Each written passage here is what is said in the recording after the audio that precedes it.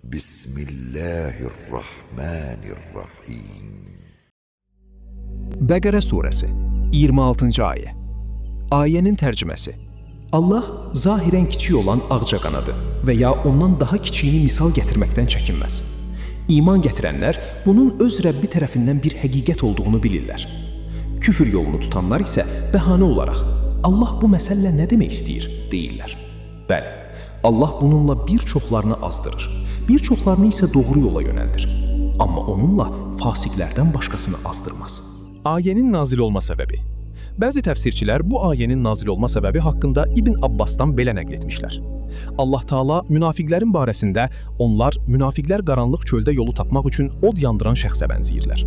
Od yanıb ətrafındakılarını işıqlandırdığı zaman Allah tufan qoparıb onların işığını söndürər və göz işləməyən qorxunc zülmətlər içində qoyar.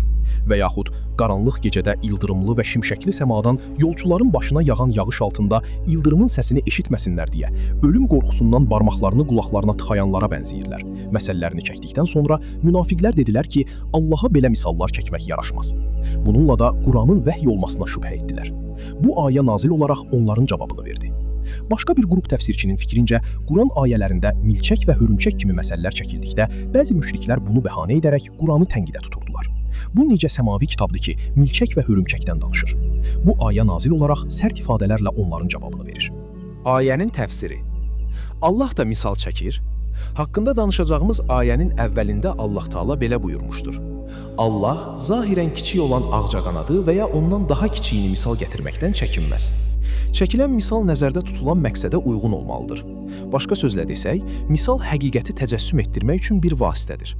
Bəzi vaxtlar danışan şəxs tərəf müqabilinin zəif olduğunu çatdırmaq istədikdə, bəlağət qaydaları tələb edir ki, onların zəifliyini bildirmək üçün daha zəif varlıqları misal çəksin.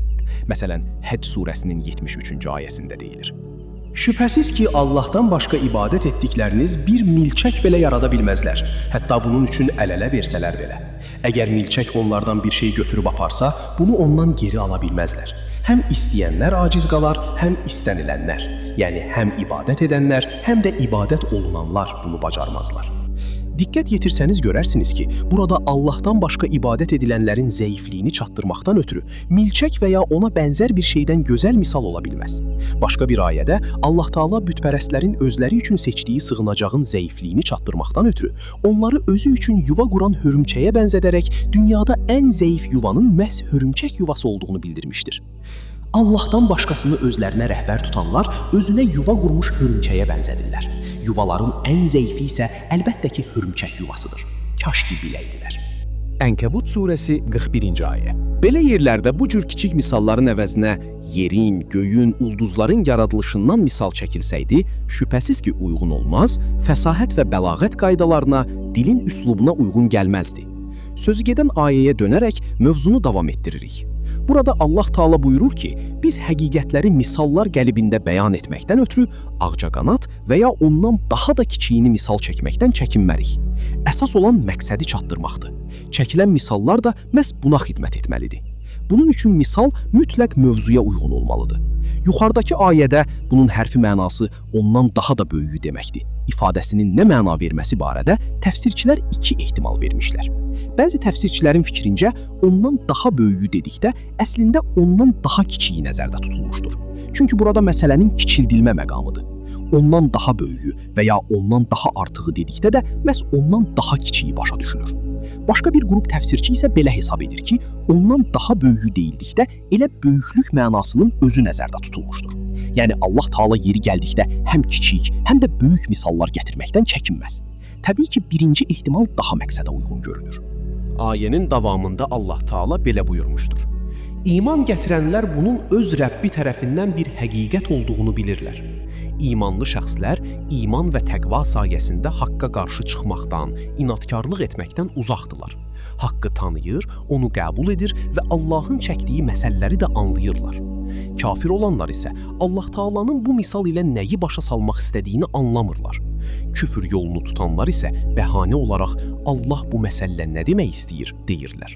Bəli, Allah bununla bir çoxlarını azdırır, bir çoxlarını isə doğru yola yönəldir.